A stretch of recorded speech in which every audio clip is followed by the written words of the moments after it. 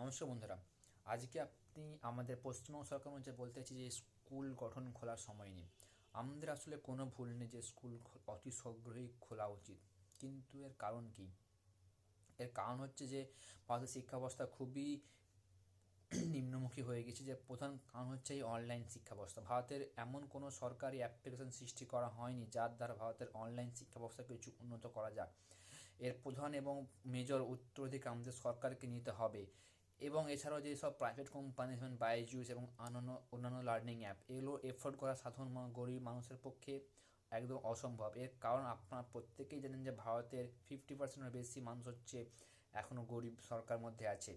তো আমাদের একটি সঠিক শিক্ষা ব্যবস্থা অনলাইন চালু করা উচিত। কিন্তু এই অনলাইন শিক্ষা ব্যবস্থা ভারতের প্রধান এবং খুব ভালো দিক নয়। এর প্রথমত কারণ হচ্ছে পরিকাঠামো। আমাদের শিক্ষা ব্যবস্থার যে বই লেখা হয়েছে, এর কারণ কি আমরা কি জানতে পেরেছি আমাদের এই শিক্ষা ব্যবস্থা বা এই ডিগ্রি নিয়ে আমরা কি করব? এর কোনো ডিগ্রিতেই লেখা নেই যে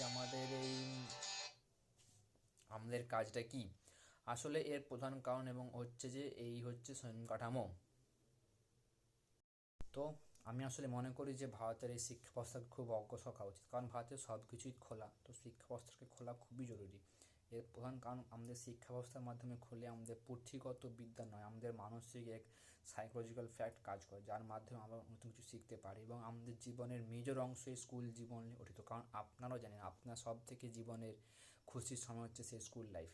তো আশা করি আপনারা আপনার এই কথা মত থাকবেন এবং স্কুল জন্য একটি যে আন্দোলন শুরু হয়েছে দেশের মধ্যে, এটাকে আমরা সাপোর্ট করবো এবং এগিয়ে নিয়ে যাব। তো ধন্যবাদ।